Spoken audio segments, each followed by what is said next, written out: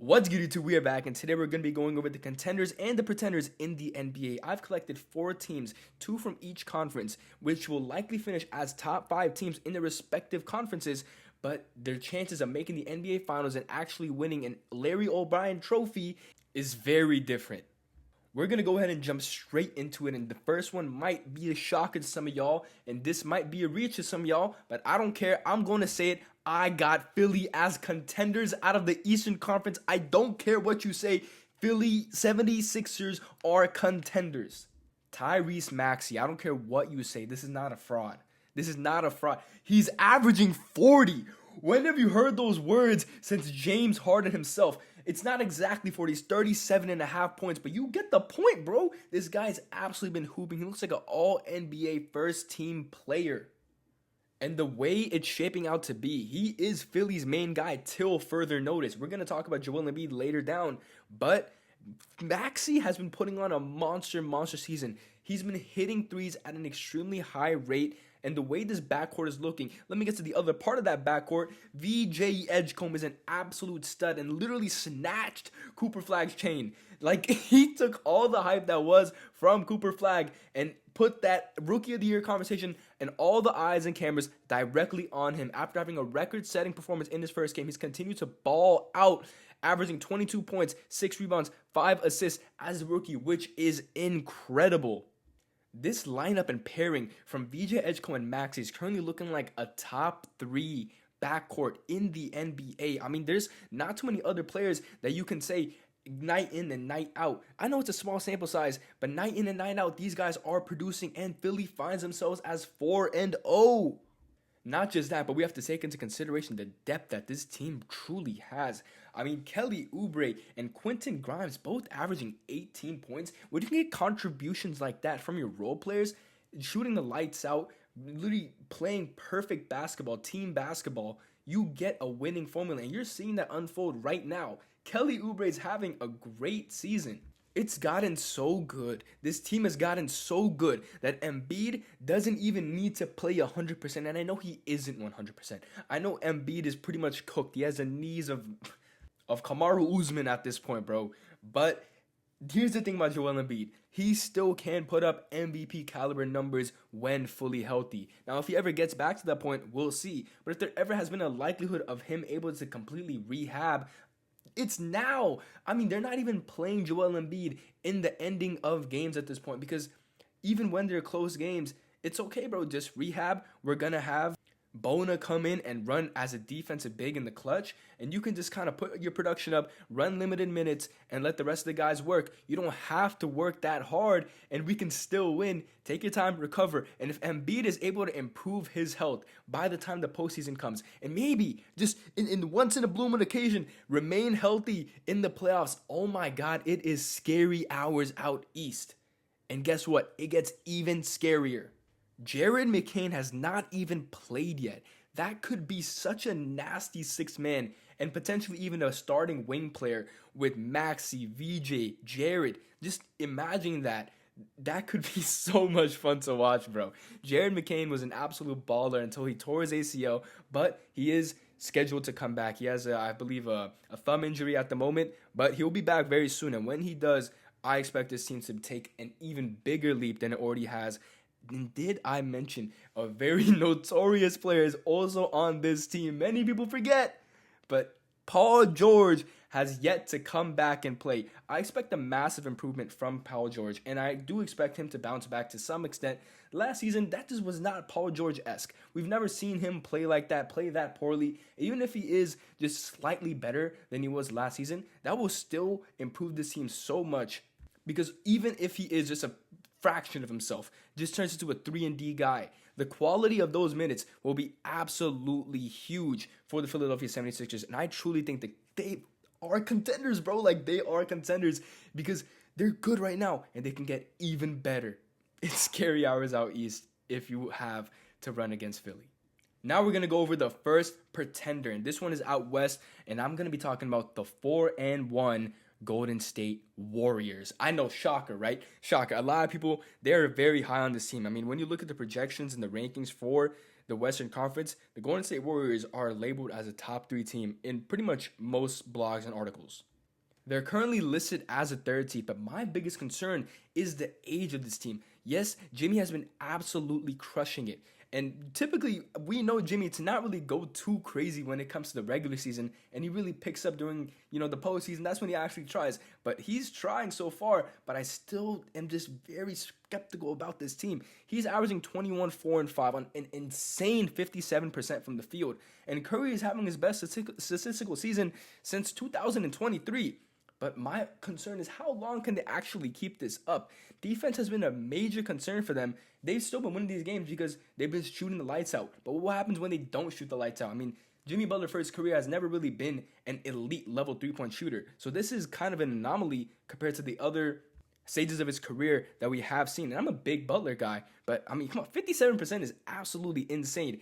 Those games where they put up 130 plus points, which there has been 2 of them so far, they won one, they lost one, because they're still going to be able to provide their offense, except what happens when the threes are not hitting. Yes, you have Steph Curry, the greatest shooter of all time, but when the rest of the team has guys like Podziemski and Kuminga and Draymond, those shooters are not at that elite level as you might see as some of the other teams that currently are projected to have these high rankings.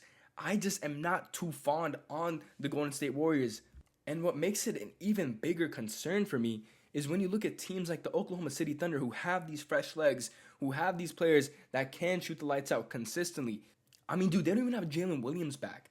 And the Oklahoma City Thunder are just so clearly above the Golden State Warriors at the moment. Another team to mention is the San Antonio Spurs. These fresh legs, I'm really concerned about if these guys, Jimmy Butler is pushing 36, Steph Curry is 37. It really makes you consider, like, damn, I don't know if this team could actually continue to keep this up at this level. I mean, considering when the rest of the team are just freak athletes right now, and you see year in and year out, the league is ever evolving.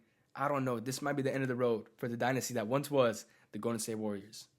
The next contender that I'm going to be going over is absolutely insane. We just talked about them seconds ago, and that is the San Antonio Spurs. Wemby is an absolute monster, and he will only continue to get better. And what's shocking to me about this 4-0 team is that Fox is yet to even play yet. De'Aaron Fox is like a Swiss Army knife on this team. I cannot wait for him to come back, be the lead guard, just be able to penetrate the ball, dribble penetration, be able to pick and roll with Wemby. It's going to be an absolutely scary sight to see. They've only played 1 or 2 games last season, but I'm just so excited to see what this team could turn out to be. I mean, look at them right now. Dylan Harper is going insane when it comes to a rookie. I mean, maybe not as crazy as VJ Edgecombe, but he's averaging 15 points per game, very good efficiency, 15, 5, and 6. And when you talk about Victor Wembanyama, I mean, I got this guy on my fantasy basketball team. He's going to get insane stats. But let's talk about his real life stats. 31 and 14 on 6.5 stocks, which is absolutely insane. A Depoy is basically locked up at this point, keeping that, he stays healthy. He was going to get Depoy last year until the blood clots, but I really think, it's not even a really think, it is a guarantee. It's an absolute lock that Wemby will win as long as he stays healthy. And he might even win an MVP at the rate that he's going. We're seeing a young generational talent, a true generational talent, the likes of Jordan, Kobe, Bron in Victor Wembanyama. Believe the hype, believe the stories. This guy is him. And I'm sure you heard that over 1 million times at this point, but you may be overlooking some of the other guys on the team like Stephon Castle, who's had improvements all across the board, which is exactly what you want to see from your rookie turning into a sophomore, second-year player. Stephon Castle went from 14, 3, and 4 last season to averaging 18, 5, and 6 on better efficiency all across the board. I mean, come on, dude. Come on. That's exactly what you want to see from a rookie. You don't want to see a stagnant, continuing on, especially when it comes to someone who struggled with shooting in the previous season. He's seeing slight improvements. I'll give it, from the 3-ball has not been his bread and butter just yet, but that will come along because everything else has. The Spurs have never started 4-0, which is an absolutely crazy stat. I know y'all seen that clip of Wemby when he was so shocked to hear that stat, but this may just be the breaking of records and the beginning of an NBA dynasty. I got the Spurs as absolute top contenders. Believe the hype, they are going to stay. The next pretender in the NBA, bro, this one is just kind of I'm concerned. I've seen this team year in and year out deliver the same, and I just don't see any change. In fact, I actually kind of see a regression, but there are more factors into this. I'm going to be saying the pretenders in the Eastern Conference is the Cleveland Cavaliers. My big problem is obviously the lack of a point guard, but we know Darius Garland is coming back. And we know that the offense is eventually going to be able to pick up and move. Darius Garland is clearly the engine to this entire Cavs team. But what my concern is the lack of depth. Since losing Ty Jerome, Lonzo Ball has been lackluster to start off the season. He's only averaging like 4 points. And let's be real here, bro. When it comes to the Cavs, the rest are nobodies, bro. Other than everyone in the starting lineup, the rest of this team is kind of like, bro, who? And I know that they're not horrible right now. They're currently 3-2. But my biggest concern is when it comes to the playoffs. And I've just seen a regression from this team since last season. And let's be real, when it comes to the embodiment of Joel Embiid in a team, it is the Cleveland Cavaliers. I mean, all these players, all these all-stars, but they've never made it to the conference finals. It's absolutely mind-boggling to me. And we haven't even seen a massive leap from Evan Mobley when it comes to offensive work. I'm just someone who's very high on Evan Mobley. I know that he has the potential, and truly in my heart I believe this, to be a top 7 NBA player. And defensively, we have seen him reach the absolute pinnacle of it, winning his first depoy. But his field goal percentage has significantly dropped since last season. I know it's just a small sample size, but I am truly concerned about this Cavs team. With the improvements we've seen from many of the Eastern Conference teams, such as Philly, the Milwaukee Bucks, the Miami Heat, it makes you, and that's not even like all of them that we're talking about. I mean, we're talking about the New York Knicks as well. I know the Magic have had a piss poor start to the season, but I expect them to improve. We've just seen steadily growth from so many Eastern Conference teams. I know we expected a cakewalk from when Jason Tatum and Tyrese Halliburton got injured, but to be honest, the East has just improved dramatically within the span of one season, which is what makes me so concerned about the Cleveland Cavaliers. I think that their best chances of competing is going to require the bench and the other guys to step up and maybe even potentially make some moves. And, they might have to do that in order to compete with these top-notch teams out east. But if you're still here, just know I appreciate you. Leave a like, subscribe down below. Let me know who you guys think is the top contender in the NBA. Truly, who's your sleeper contender? And who do you think is just absolute pretenders and will be first, second round exits? Comment down below. I'm going to catch you on the next one. Take care.